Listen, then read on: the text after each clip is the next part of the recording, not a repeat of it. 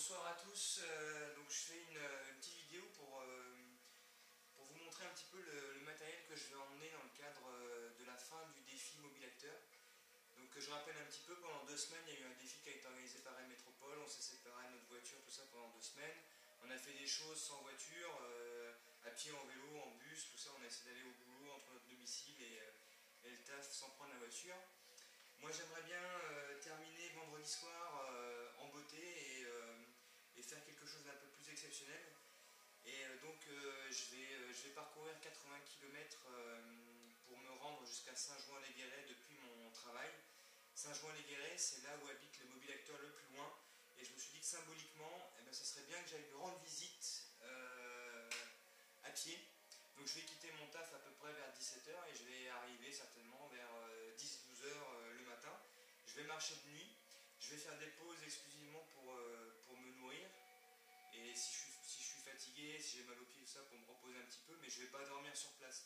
Le but c'est quand même d'aller le plus vite possible en marchant, rejoindre Saint-Jouin-les-Guérets, donc qui est près de Saint-Malo.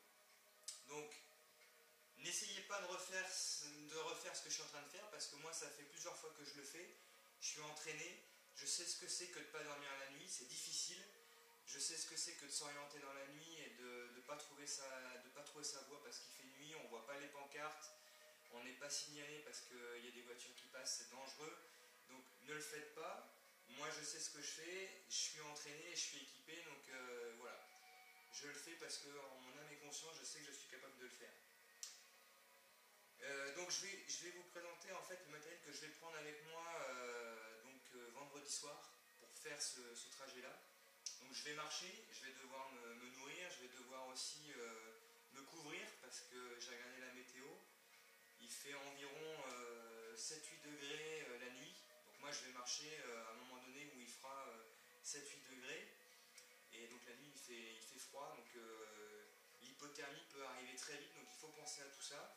Donc voilà, j'ai pris une sélection de matos qui va partir avec moi, et c'est en général le matériel qui part toujours avec moi quand je fais des trips, des randos, des délires, quand je pars tout seul avec mon sac à dos. Donc en général il y a toujours presque tout ça avec moi. Là j'ai enlevé quelques trucs qui ne vont pas me servir parce que évidemment je suis en France, je suis en ville, je pars pour une nuit, donc voilà, le risque il est quand même limité, on va pas non plus en Iran ou en Irak, surtout en ce moment, donc voilà, il n'y a pas non plus à trop s'en faire, donc je prends le minimum avec moi, mais je prends le minimum qui pourra me permettre quand même de finir mon défi, voilà, tranquillement, qu'il ne me manque rien, que quoi qu'il arrive, je puisse quand même aller jusqu'au bout de ces 80 km là. Donc je vais commencer par la chose quand même la plus importante, parce que c'est ça qui va servir à prendre mon matos, c'est le sac. Donc là moi ça c'est mon sac, c'est un sac CityGuard, je l'ai acheté parce que c'était ce type de sac là que je voulais, ce type de matos là, parce que c'est vraiment un sac qui est vraiment costaud. C'est du vinyle ripstop, ça se coupe pas, c'est super solide et c'est assez pratique quoi. C'est un sac de 30 litres. Et on peut y mettre un peu n'importe quoi partout parce qu'il y a plein de passants, il y a plein de choses super pratiques, il y a des poches un peu partout. Des passants ici aussi pour accrocher des choses, des réflecteurs. Je l'ai un peu customisé, je vais rajouter des élastiques, ça peut toujours servir pour rajouter des trucs. Ici aussi je l'ai customisé, j'ai rajouté des élastiques, j'ai enlevé toutes les tirettes ici, j'ai mis des petits fils à la place. Bon ça c'est mes petits concepts à moi pour fabriquer son sac, mais voilà. Donc un sac CityGuard, et dedans j'ai toujours une petite boussole quand même au cas où, ça reste dedans. J'ai une petite lampe ici qui me permet d'éclairer mon sac la nuit, parce que mine de rien quand on ne voit rien la nuit, pour chercher sa paire de chaussettes pour changer, c'est pas super pratique, donc il faut quand même être équipé. Ici j'ai un petit coupe-ongle qui fait pas mal de fonctions, ça reste toujours aussi à l'intérieur, ça coupe, voilà, ça fait plein de trucs, donc ça reste toujours à l'intérieur. Et dans la poche principale, j'ai de quoi mettre une poche à eau ici, et j'ai toujours aussi une lampe pour savoir ce que je cherche dedans. Voilà. Donc ça c'est mon sac. Après je vais détailler en fait tout ce que j'ai ici par un concept que j'ai appris lors d'un stage de survie que j'ai fait avec David Malice au CES. Donc lui il nous a appris la règle des 3. Donc Donc je vais la citer, donc c'est la règle des 3, c'est 3 secondes on meurt de quoi? 3 secondes on meurt de conneries en fait. Donc globalement, on se met très vite en danger très rapidement. On peut mourir en 3 minutes sans oxygène, on peut mourir en 3 heures de froid, on peut mourir en 3 jours sans eau et 3 semaines sans nourriture.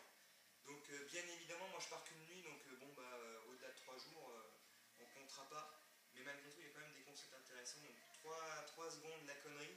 Moi je dirais, pour éviter de mourir de conneries, ce que j'ai trouvé, c'est qu'il fallait que je sois quand même visible, parce que je vais voyager de nuit. Il faut que j'ai une lampe pour pouvoir m'orienter, que je sois vu par les automobilistes, parce que je vais passer par la route, donc que je sois vu. Une carte de l'île-et-Vilaine, parce que mine de rien, je vais la traverser sur 80 km, donc c'est quasiment, je vais quasiment faire la plupart de l'île-et-Vilaine en long, quoi. Donc voilà, je dirais partir faire ce trip-là sans prendre de risque. Il me faut au moins être sûr d'avoir ça, quoi. Être visible et savoir m'orienter. Donc j'ai aussi une boussole, mais bon, après, je pense pas que ça me servira à grand chose, mais je la prends quand même. Après, on meurt aussi de 3 minutes sans oxygène. Bon, moi, voilà, je pense pas que ça m'arrive de manquer d'air, donc je vais pas. J'ai pas de matos pour ça. Par contre, on meurt de 3 heures on meurt en 3 heures de froid. Et là, ça, par contre, c'est vachement important, parce qu'il va faire 8 degrés. Il suffit que je m'arrête, que je m'endorme. Si je m'endors à 8 degrés, mon corps il est à 37, il y a une grosse baisse de température. Voilà, il y a un risque pour ma santé et pour mon rythme cardiaque. Donc en fait, il faut que je m'assure d'avoir ce qu'il faut pour avoir chaud pendant la nuit. Donc déjà, je vais m'habiller correctement.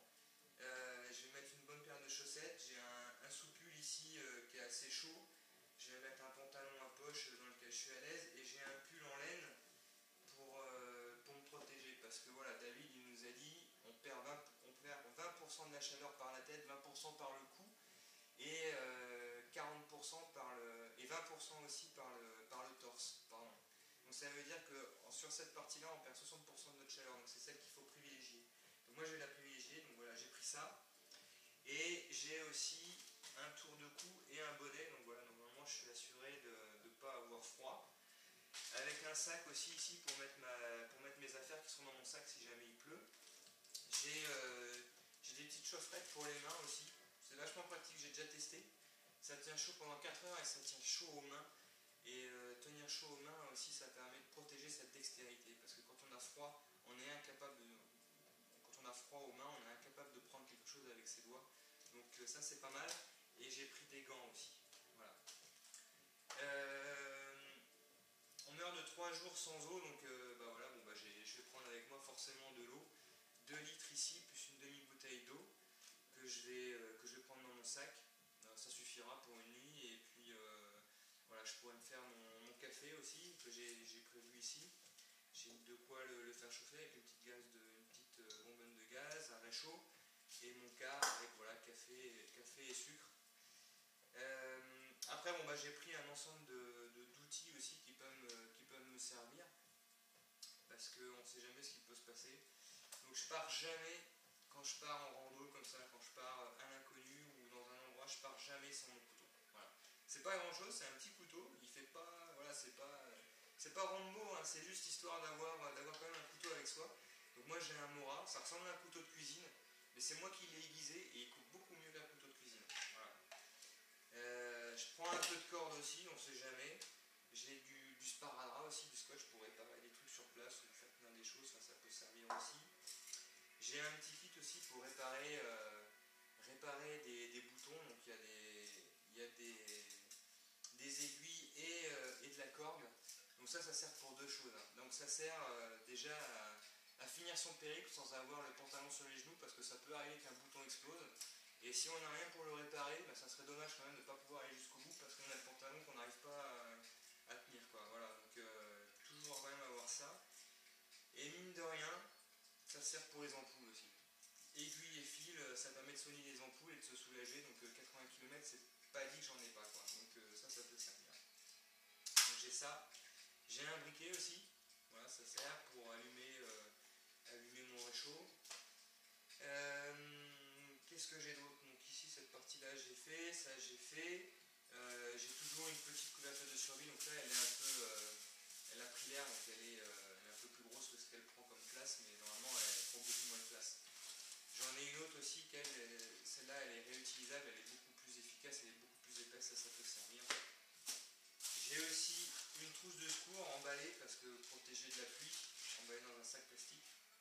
D'ailleurs ces sacs plastiques ça peut toujours servir pour transporter du liquide, transporter quelque chose, c'est vachement intéressant. Donc là, ma trousse de secours personnel avec, je dirais, mes médocs à moi, perso, des trucs que j'ai toujours avec moi, parce que je pense que ça peut toujours me servir. Il y a aussi, parce que c'est une trousse de secours, il y a aussi voilà, des aiguilles et du fil pour soigner les ampoules, parce que ça sert effectivement. Et puis après, à l'intérieur, j'ai un kit, voilà, un kit de secours que tout le monde devrait avoir, avec plein de trucs, voilà, du désinfectant, du sparadrap, une bande, je sais plus comment ça s'appelle, enfin bon, une bande pour s'entourer le bras, des gants pour se protéger aussi si on doit aller secourir quelqu'un, des médocs, de la gaz, enfin voilà, tous les médocs qui peuvent servir, des pansements. Et mine de rien, et ça m'est déjà arrivé, mine de rien, ça m'a jamais servi. Je croise les doigts, ça m'a jamais servi. Mais par contre, ça a servi aux autres. Et ouais, parce que quand on se balade comme ça en rando ou pendant des trips comme ça, on n'est pas à l'abri de rencontrer quelqu'un qui, voilà, qui s'est blessé, qui s'est coupé, un petit garçon qui est tombé et il faut lui désinfecter son genou parce qu'il a mal au genou. Donc voilà, ça m'est arrivé concrètement quoi. Les parents avaient rien et moi j'avais toujours ça dans mon sac et j'ai pu soigner l'enfant quoi. Enfin soigner l'enfant, voilà, lui donner un pansement et lui désinfecter sa petite plaie. Voilà. Mais ça peut servir pour les autres, donc c'est vachement important d'avoir ça. Qu'est-ce que j'ai d'autre? J'ai un petit kit d'hygiène aussi, mais vraiment le strict minimum, parce que moi j'aime bien quand même toujours pouvoir me brosser les dents, me laver les mains. Donc voilà, j'ai du savon, j'ai du savon en copeaux aussi, c'est du savon que j'ai râpé, que j'ai mis en copeaux, j'ai un petit ciseau. J'ai une solution hydroalcoolique pour me laver les mains, désinfecter, et puis j'ai des petites lingettes individuelles voilà, pour nettoyer, et puis des bouts de caisse, voilà, enfin, vraiment le minimum en fait pour assurer son hygiène. J'ai un tube de labello, mine de rien, ça sert quand il fait froid pour se mettre un petit peu de crème là, mais bon, quelque part aussi c'est de la crème qu'on peut se mettre partout si jamais on a un petit souci de peau, je pense que ça peut servir. Et puis ça sert aussi de lubrifiant. Lubrifiant pour tout ce qu'on veut, voilà. J'insisterai pas. Ici, c'est quoi ça? Ça, c'est si jamais, en fait, on me retrouve jamais, ce que j'espère pas quand même. Il y a toute la liste de mes contacts, qui je suis, où est-ce que j'habite et qui sont mes parents, enfin voilà, tout ça. Bref, ici, j'ai du talc, parce que quand on marche beaucoup, on se fait mal aux pieds. On transpire les pieds et le talc en fait c'est la seule solution que j'ai trouvée pour assainir les pieds et éviter les ampoules sur le long terme. Donc ça je vais avoir ça avec moi demain et je vais m'en mettre sur les pieds pour éviter de transpirer et d'user la peau de mes pieds finalement avec le frottement. Voilà, ensuite ça j'en ai parlé. J'ai ma cape de pluie ici parce que je ne sais pas quel temps il va faire donc il faut se protéger quand même de la pluie. Un petit sac poubelle parce que ça peut toujours servir si jamais je veux m'asseoir sur un banc qui pleut et tout, mais au moins j'aurai les fesses au sec. Voilà, ça c'est sympa. Là j'ai j'ai de la dinette là, donc c'est un couteau avec cuillère et fourchette. Donc ça c'est vachement pratique, mais c'est pour manger ça, hein, uniquement. Et puis voilà, j'aurai à manger. Donc là, j'ai pas mis ce que je vais manger demain là sur la table, mais bon, j'ai pris de la compote. Je vais prendre aussi des fruits secs. Je vais prendre 2 petits casse-dalles aussi que je vais me faire. Et puis globalement, ça sera tout. J'aurai pas besoin de beaucoup plus pour me nourrir. Donc voilà le minimum en fait qui paraît beaucoup, mais qu'on parte une journée ou 3 jours. Ça, c'est quasiment toujours utilisé pour ce type de durée-là, quoi. Donc voilà, c'est vraiment tout ce qu'il me faut pour assurer le défi. Arriver en forme, pas trop fatigué et en bon état, quoi, surtout, et sans m'être perdu, ni avoir pris trop de risques. Bon, donc là maintenant, je vous dis à plus tard, et puis peut-être que la prochaine vidéo, ça sera samedi matin avec John. Parce que voilà, c'est John que je vais voir, donc ça sera enfin une petite vidéo tous les deux, et puis ça sera cool quoi. Voilà. Allez, bonne soirée.